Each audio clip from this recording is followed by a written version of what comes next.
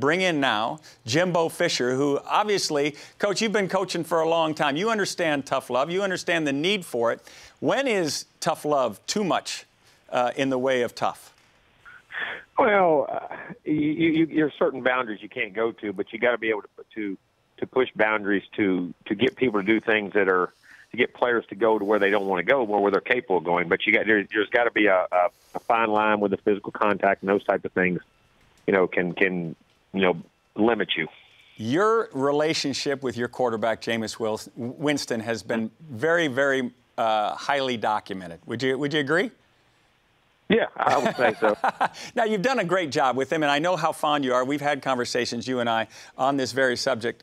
When you're caught on camera, chastising him from the sideline or something like that, do you just say, that's the world I live in and I just have to deal with it, or does it change your behavior in any way? You got to be careful of the things you do, and it's good checks and balances for you, too, because you get so emotional in things. But at the same time, you can't do that to someone unless you have a great relationship with them. You don't do that to certain guys unless there's a supreme trust that you have his back, he has your back, and we all know it's coming from a genuine, honest place. And I think each relationship is different with each player because I think certain guys can be pushed that way, and other guys you can't push that way. We coach guys different, all guys differently. Some guys need that to go to where they have to go to. Other guys don't. So we don't coach every guy the same. So, but certain relationships, you can go there if you have to. Obviously, your relationship with Jameis Winston is one of extreme trust. You trust one another. I've heard you talk on the subject many times. You have a deep affection for the young man. Do you see him and his transition to the NFL as a seamless one?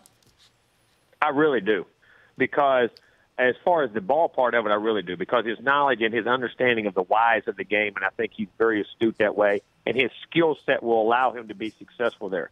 And I think it will off the field too. I think he grows. He's a smart guy, but those things that there's always a learning curve in anywhere you go. But Jameis is a very intelligent guy, and I think he understands the circumstances and the world he's in right now. And I think he'll do extremely well. You've been.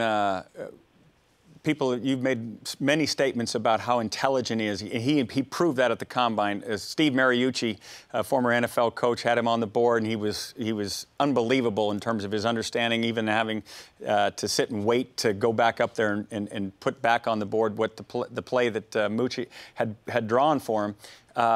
So if that's a strength, what do you think would be his biggest drawback going to the next level? What's he got to work on?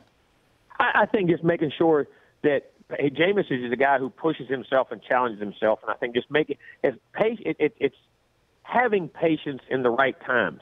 Because Jameis is a go, and he thinks he can do it all, which he can. But there's going to be a couple areas where maybe you don't succeed all the time, and then make sure you don't get frustrated and keep your composure and then move on, which he usually does. But I think he's so driven that just making sure that you understand there will be some bad days. There's going to be some situations, but he usually handles those well.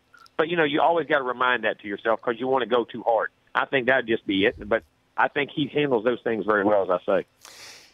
It's a fine line. We had Mark Helfrich on here just a little while ago talking about his quarterback, Marcus Mariota, and I asked how many different NFL people had called him to try to get the inside. There's a divide at that level because he doesn't call very many plays. You saw Marcus Mariota up close and personal in the Rose Bowl. What's your take on him as you watched him play?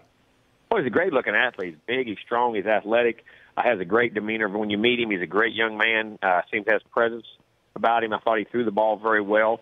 Again, it's hard for me to judge a quarterback until I know the amount of information he has to carry. Now, he seems like a very intelligent guy. He's a winner. He plays in big-time situations. He's handled big-time moments. He's obviously done well. I think he's a heck of a football player. I think he's a great football player. I really do. But it's hard to really judge a guy until you're coaching. And I know people say it's not. Until you really coach a guy and understand his true inner workings and everything about his demeanor and his personality and his attitude and his learning capabilities and all that, it's hard to really give a true evaluation. But from the outside, he's also been very successful. He's a heck of a young man. What's the most common question that you get from these NFL folks as it pertains to your guy, Jameis Winston? I think it goes more, how do you think he'll be able to handle the situation as far as the off-the-field things, which I do. The on-the-field things, there's not many questions about him. And a couple of them asked, why did he throw interceptions? My question is, how do you make big plays if you don't take chances? I totally agree with that. People asked me the other day, 18 interceptions, isn't that a red flag? I said, well, it is if he's making poor decisions. But if you look at the decision, he's basically testing. It's almost, and by the way, he's the guy who's coming back from behind and winning games at the end, too.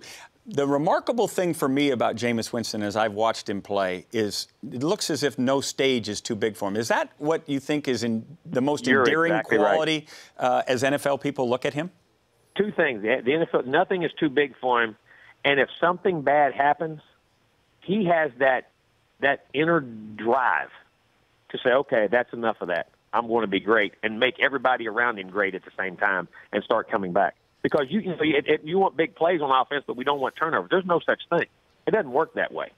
And you know that from when you're really playing good ball. And also, like I say with him, why is there interception? Could it be a protect? A couple of times we had protection issues. Guys got hit. They were supposed to be blocked. Young receivers didn't run routes. And a couple of times, sometimes he forced the football. I mean, that's human nature. Right. But when he comes off and can tell you why he did it, and then it doesn't bother him and go on and make the plays, I'll take an interception or two. If I'm getting 12, 10, we average 14 big plays a game. We would average 9 to 11 in the passing game. Have you talked to him since the combine? Oh yeah, he was. As a matter of fact, he did come out and did our off-season workouts with us yesterday. He was back in town, and he'd come by and we sat and had a long talk. And he went and saw baseball. And then yesterday I looked up, he was over doing because he was here. He had to go. I think he's got to go visit a couple NFL teams. And he come and did. Hey, I want to do the conditioning drills. Jump in there and go. He was flying through them like crazy. That's awesome. Now, let me ask you this. What did he say was the most often asked question of him as he went through all the speed dating, if you will, at the NFL level?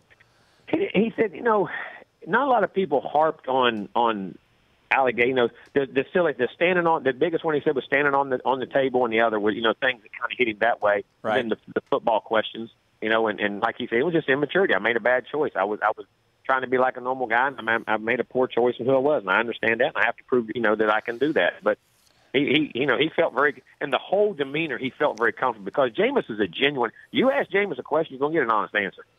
You're not going to get the down the road answer. He's going may not be the answer you want, but it's going to be honest, huh? Exactly, and it's what I love about him. And that's why we could relate. And that's why you could fix issues, talk about issues, and deal with anything. And then the ball part of it, and again, Rick, I say this, it's really ridiculous how much he has.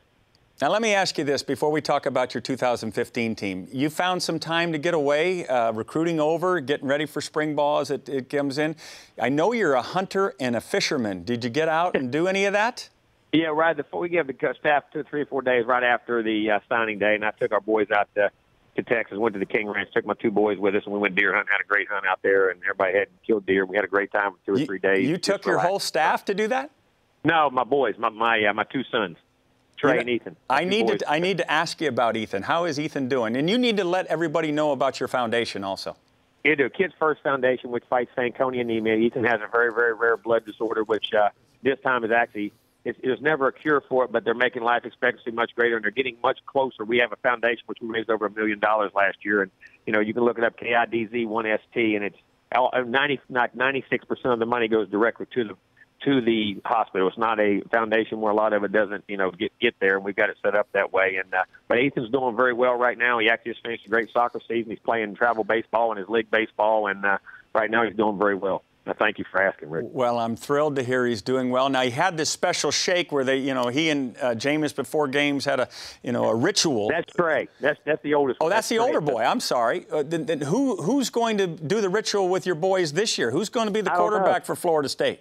Who's going to be wearing garnet and gold and you're going to be yelling at him as he's out there making sure he's doing exactly the Jimbo Fisher way? Trey may have to retire that one and give that one only to James. Have to come up with a new one for the new quarterback. I don't know. I told him yesterday if he taught people that, he could probably market it and make $1 million. I'm telling you. I can't do it. It's too complicated for me. You have been the showcase team in the ACC. Is this a rebuild or a reload for the Seminoles?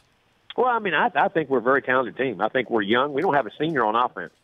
But at the same time, I think we're a very talented football team. I think we have great skill guys, good backs. I think we've got some really good young offensive linemen. I'm anxious to see. We have 2 junior college guys that we redshirted that I think are going to be great players, along with Big Rod Johnson coming back. And, and with Cook and all the Rudolph and all those guys, I feel very confident there. And in defense, I think we've got some great young players. So, Jalen Ramsey leading the way, and Derek Nottie and Niall Lawrence and Jacob Pugh and some of those guys, DeMarcus Walker. I mean, there's some great young players back there, and I think we're a very talented football team. Our expectations will not change. It's just till you see some of these young guys step up in these roles and play, and that's why I think spring is going to be very, very fun. A lot of fun for a coach. You know that when you got young, talented guys that watch them emerge and watch that personality take off. Well, I'm excited for you. I know we're going to see great things from the Garnet and Gold. I want to see the chop going, oh. Jimbo, can't thank you enough for coming on with us. Oh, Rick, anytime, buddy. I really appreciate being with you, buddy. The Rich Eisen Show, weekdays at noon Eastern. On Audience.